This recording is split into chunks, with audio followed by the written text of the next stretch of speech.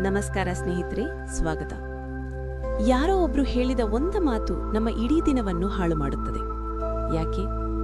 ನಾವು ನಮ್ಮ ಜೀವನದ ನಿಯಂತ್ರಣವನ್ನು ನಮ್ಮ ಕೈಯಲ್ಲಿ ಇಟ್ಟುಕೊಂಡಿದ್ದೇವೆ ಎಂದು ಭಾವಿಸುತ್ತೇವೆ. ಆದರೆ ನಿಜವಾಗಿ ನಾವು ನಮ್ಮ ಮನಸ್ಸಿನ ಕೀಲಿ ಕೈಗಳನ್ನು ಇತರರಿಗೆ ಕೊಟ್ಟಿದ್ದೇವೆ. ಇಂದು ನಾವು ಮಾತನಾಡೋದು ಯಾರೂ ಮುರಿಯಲಾಗದ ಅಚಲ ಆತ್ಮವಿಶ್ವಾಸವನ್ನು ಹೇಗೆ ನಿರ್ಮಿಸಿಕೊಳ್ಳುವುದು. ಅಹಂಕಾರವೋ ಇಲ್ಲ ನಿಜವಾದ ಆತ್ಮವಿಶ್ವಾಸವೋ? ಯಾರಾದರೂ ನಿಮ್ಮನ್ನ ಟೀಕಿಸಿದಾಗ ನಿಮಗೆ ನೋವಾಗುತ್ತಿದೆಯಾ? ಅದರರ್ಥ ಅವರ ಮಾತು ನಿಮ್ಮೊಳಗೆ ಎಲ್ಲೋ ತಾಕಿದೆ.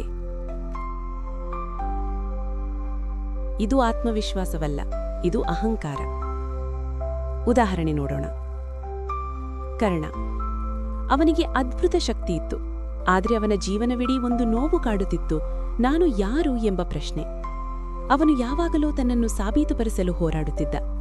ಅದು ಆತ್ಮವಿಶ್ವಾಸವಲ್ಲ, ಅದು ಒಳಗಿನ ಖಾಲಿತನ. ಇಲ್ಲಿ ಒಂದು ಕ್ಷಣ ನಿಲ್ಲಿ ಸ್ನೇಹಿತರೆ. ನಿಮಗೆ ಈ ವಿಷಯ ರಿಲೇಟ್ ಆಗುತ್ತಿದೆಯಾ? ಆಗ ಈ ವಿಡಿಯೋಗೆ ಒಂದು ಲೈಕ್ ಮಾಡಿ. ಇದು ಇನ್ನೊಬ್ಬರಿಗೂ ಸಹ ಉಪಯೋಗವಾಗಬಹುದು. ಶೇರ್ ಮಾಡಿ. ಮತ್ತಷ್ಟು ಇಂತಹ ಮೈಂಡ್ ಮಾಸ್ಟರಿ ವಿಡಿಯೋಗಳಿಗಾಗಿ ಸಬ್ಸ್ಕ್ರೈಬ್ ಮಾಡಿ. ಈಗ ಮುಂದಕ್ಕೆ ಹೋಗೋಣ. ನಿಮ್ಮ ಜೀವನದ ಕೀಲಿಕೈಗಳನ್ನು ಮರಳಿ ಪಡೆಯಿರಿ. ನಿಮ್ಮ ಸಂತೋಷವನ್ನು ಒಂದು ಮನೆ ಎಂದು ಊಹಿಸಿ. ಆ ಮನೆಯ ಕೀಲಿಕೈಗಳು ಯಾರ ಬಳಿ ಇವೆ?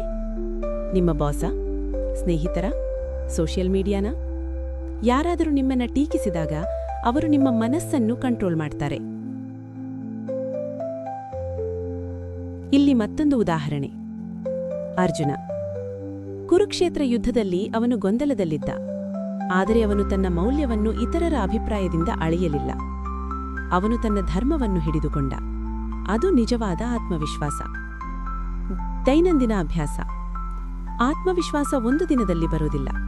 ಅದು ಸಣ್ಣ ಸಣ್ಣ ನಿರ್ಧಾರಗಳಿಂದ ನಿರ್ಮಾಣವಾಗುತ್ತದೆ.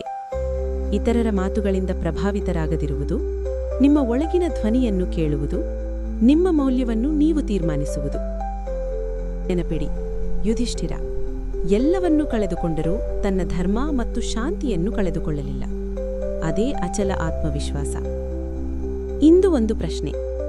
ನಿಮ್ಮಲ್ಲಿರುವ ಯಾವ ಗುಣವನ್ನು ಯಾರೂ ಕಿತ್ತುಕೊಳ್ಳಲು ಸಾಧ್ಯವಿಲ್ಲ? ಕೆಳಗೆ ಕಮೆಂಟ್ ಮಾಡಿ.